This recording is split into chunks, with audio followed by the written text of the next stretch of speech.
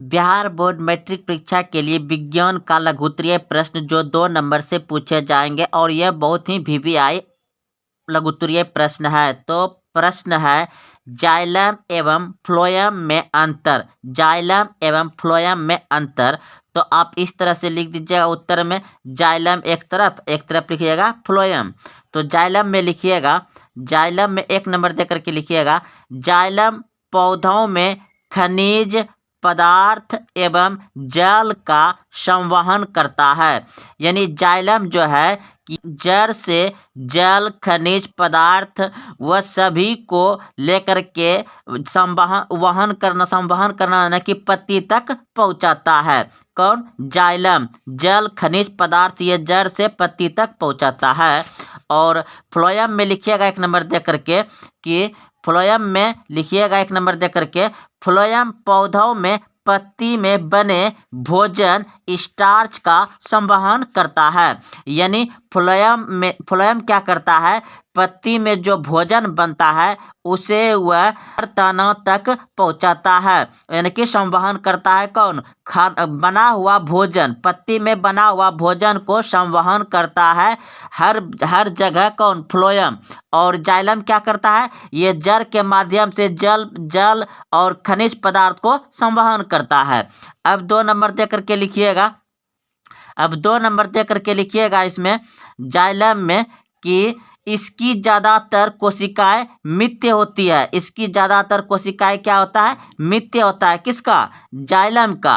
और फ्लोएम का क्या होता है? इसकी ज़्यादातर कोशिकाएं जीवित होती है। फ्लोएम का ज़्यादातर क्या होता है? कोशिकाएं जीवित होती है और जाइलम का कोशिकाएं मिथ्य होती है। प्रश्न है श्वसन एवं प्रकाश संश्लेषण में क्या अंतर है? तो आप सभी उत्तर में इस तरह से लिखिएगा, श्वसन एवं प्रकाश संश्लेषण में निम्न अंतर है। तो एक तरफ लिख दीजिएगा श्वसन और दूसरे तरफ लिखिएगा प्रकाश संश्लेषण। तो 1 नंबर दे करके लिखिएगा आप श्वसन में, श्वसन एक अपचयी क्रिया है। श्वसन एक अपचयी क्रिया है। और प्रकाश संश्लेषण में 1 नंबर दे करके लिखिएगा, प्रकाश संश्लेषण एक उपचयी क्रिया है। 2 नंबर दीजिएगा श्वसन में, इसमें ग्लूकोज का विघटन होता है। और प्रकाश संश्लेषण में इसमें 2 नंबर दीजिएगा और लिखिएगा इसमें ग्लूकोज का निर्माण यानी संश्लेषण होता है। फिर 3 नंबर दीजिएगा श्वसन में और लिखिएगा श्वसन की क्रिया पौधे एवं जंतु दोनों में होता है। और फिर 3 नंबर देख करके प्रकाश संश्लेषण में लिखिएगा प्रकाश संश्लेषण की क्रिया सिर्फ हरे पौधे में होती है। तो दोस्तों आप लोग समझ गए होंगे अच्छे से कि श्वसन और प्रकाश संश्लेषण में क्या अंतर है। एक बार हम फिर से अच्छे से पढ़ रहे हैं, आप ध्यान से सुनिए। श्वसन एवं प्रकाश संश्लेषण में क्या अंतर है? तो उत्तर में इसी तरह से लिख दीजिएगा, श्वसन एवं प्रकाश संश्लेषण में निम्न अंतर है। तो एक तरफ लिखिएगा आप श्वसन और दूसरे तरफ लिख दीजिएगा प्रकाश संश्लेषण। तो आप प्रकाश संश्लेषण में नंबर दे करके लिखिएगा और श्वसन में भी नंबर दे करके लिखिएगा। तो जैसा कि यहाँ आप देख रहे हैं लिखा हुआ है, बिल्कुल इसी तरह से लिखना है। तो 1 नंबर दे करके लिखिएगा इसमें, श्वसन एक अपचयी क्रिया है। श्वसन एक अपचयी क्रिया है। और प्रकाश संश्लेषण क्या है? प्रकाश संश्लेषण एक उपचयी क्रिया है। 2 नंबर दे करके लिखिएगा फिर, इसमें ग्लूकोज का विघटन होता है। और प्रकाश संश्लेषण में लिखिएगा इसमें ग्लूकोज का निर्माण होता है। श्वसन की क्रिया पौधे एवं जंतु दोनों में होती है। श्वसन की क्रिया पौधे एवं जंतु दोनों में होती है। और प्रकाश संश्लेषण की क्रिया सिर्फ हरे पौधे में होती है। प्रकाश संश्लेषण की क्रिया सिर्फ हरे पौधे में होती है। तो दोस्तों आप लोग अच्छे से समझ गए होंगे। प्रश्न है ए मीटर और वाल्ट मीटर की तुलना करें। तो आप उत्तर में लिखिएगा कि ए मीटर और वाल्ट मीटर की तुलना निम्न है। तो आप इस तरह से लिखिएगा, एक तरफ ए मीटर और दूसरे तरफ लिखिएगा वाल्ट मीटर। तो ए मीटर में लिखिएगा 1 नंबर दे करके, यह विद्युत परिपथ में धारा की प्रबलता को मापता है। यह विद्युत परिपथ में धारा की प्रबलता को मापता है। वोल्ट मीटर में लिखिएगा, यह विद्युत परिपथ में किसी दो बिंदुओं के बीच का विभवांतर को मापता है। तो दोस्तों आप लोग समझ गए होंगे एक नंबर अच्छे से कि ए मीटर पहले शब्द में, पहले वाक्य में क्या लिखिएगा, यह विद्युत परिपथ में धारा की प्रबलता को मापता है। और वोल्ट मीटर क्या करता है, यह विद्युत परिपथ में दो बिंदुओं के बीच का विभवांतर को मापता है। अब 2 नंबर दे करके लिखिएगा ए मीटर में। अब 2 नंबर दे करके लिखिएगा, विद्युत परिपथ में श्रेणी क्रम में जोड़ा जाता है। और वोल्ट मीटर में 2 नंबर दे करके लिखिएगा, विद्युत परिपथ में समांतर क्रम में जोड़ा जाता है। यानी कि ए मीटर को श्रेणी क्रम में जोड़ा जाता है परिपथ, विद्युत परिपथ में, और वोल्ट मीटर को विद्युत परिपथ में समांतर क्रम में जोड़ा जाता है। और 3 नंबर दे करके फिर लिखिएगा कि इसका स्केल यानी कि मापक एम्पियर ए में अंकित किया जाता है। और 3 नंबर दे करके लिखिएगा, इसका स्केल वोल्ट यानी भी में यानी कि भी में अंकित किया जाता है, यानी कि मापा जाता है वोल्ट मीटर को। तो दोस्तों आप लोग अच्छे से समझ गए होंगे।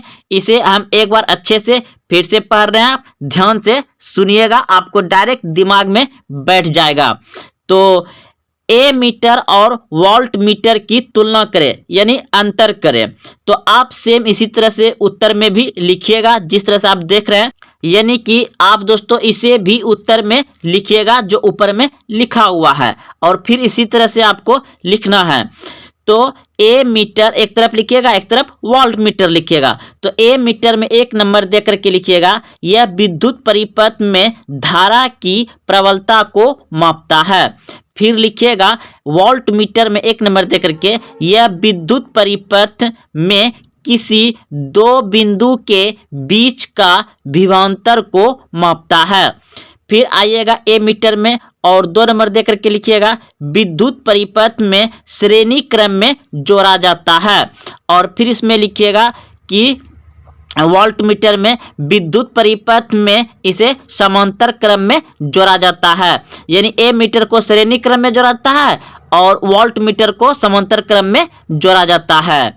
अब देखिए 3 नंबर दे करके लिखिएगा कि इसका स्केल यानी कि मात्रक, यानी कि ए मीटर को एम्पियर ए में अंकित किया जाता है। और 3 नंबर दे करके फिर इसमें लिखिएगा वोल्ट मीटर में इसका स्केल वोल्ट वी में अंकित होता है। पर्यावर्ती धारा एवं दृष्ट धारा में अंतर लिखिए। यानी प्रश्न पूछा जाएगा पर्यावर्ती धारा एवं दृष्ट धारा में निम्नलिखित अंतर क्या है। तो आप उत्तर में इस तरह से लिखिएगा। उत्तर में आप इसे भी लिख दीजिएगा, पर्यावर्ती धारा एवं दृष्ट धारा में निम्नलिखित अंतर है। तो एक तरफ लिख दीजिएगा आप पर्यावर्ती धारा, दूसरा तरफ लिख दीजिएगा आप दृष्ट धारा। तो प्रत्यावर्ती धारा का मान तथा दिशा समय के साथ बदल जाते हैं। पर्यावर्ती धारा का मान तथा दिशा समय के साथ बदल जाते हैं। अब फिर दृष्ट धारा में लिखिएगा 1 नंबर दे करके, दृष्ट धारा का केवल परिणाम बदलता है। दृष्ट धारा का केवल परिणाम बदलता है। फिर आइएगा पर्यावर्ती धारा में लिखिएगा 2 नंबर दे करके, इसे आसानी से उत्पन्न किया जा सकता है। और 2 नंबर दीजिएगा दृष्ट धारा में लिखिएगा, इसे उत्पन्न करने में कठिनाई होती है। इसे उत्पन्न करने में कठिनाई होती है कौन? दृष्ट धारा। और पर्यावर्ती धारा आसानी से उत्पन्न किया जा सकता है। अब आगे लिखिएगा 3 नंबर दे करके, यह चालक के ऊपरी सतह पर प्रभावित होता है। और दृष्ट धारा में लिखिएगा, यह चालक के भीतरी भाग से प्रवाहित होता है। तो आप लोग समझ गए होंगे दोस्तों अच्छे से पर्यावर्ती धारा और दृष्ट धारा में क्या अंतर है। बहुत ही आसान प्रश्न है दोस्तों, इसे आप याद कर लीजिए, एक दो बार पढ़िएगा तो याद हो जाएगा। एक बार हम पढ़ रहे हैं, आप ध्यान से सुनिए। पर्यावर्ती धारा एवं दृष्ट धारा में निम्नलिखित अंतर है, ये आप शुरुआती उत्तर में लिखिएगा। तो एक तरफ लिख दीजिएगा पर्यावर्ती धारा और दूसरे तरफ लिखिएगा दृष्ट धारा। तो पर्यावर्ती धारा में 1 नंबर देकर के लिखिएगा, पर्यावर्ती धारा का मान तथा दिशा समय के साथ बदल जाते हैं। दृष्ट धारा का केवल परिणाम बदलता है, दृष्ट धारा का केवल परिणाम बदलता है। फिर लिखिएगा पर्यावर्ती धारा में इसे आसानी से उत्पन्न किया जा सकता है, दृष्ट धारा को आसानी से उत्पन्न नहीं किया जा सकता है। 3 नंबर देकर के लिखिएगा पर्यावर्ती धारा में यह चालक के ऊपरी प्रवाहित होता है, और दृष्ट धारा में लिखिएगा यह चालक के भीतरी भाग से प्रवाहित होता है। आप हो सके तो इसे एक बार कॉपी में उतार लीजिए और एक दो बार पढ़ लीजिए, अच्छे से आपको याद रहेगा। 2 नंबर आपका फाइनल परीक्षा में पक्का आएगा। तो मिलते हैं फिर कल। जय हिंद, जय भारत।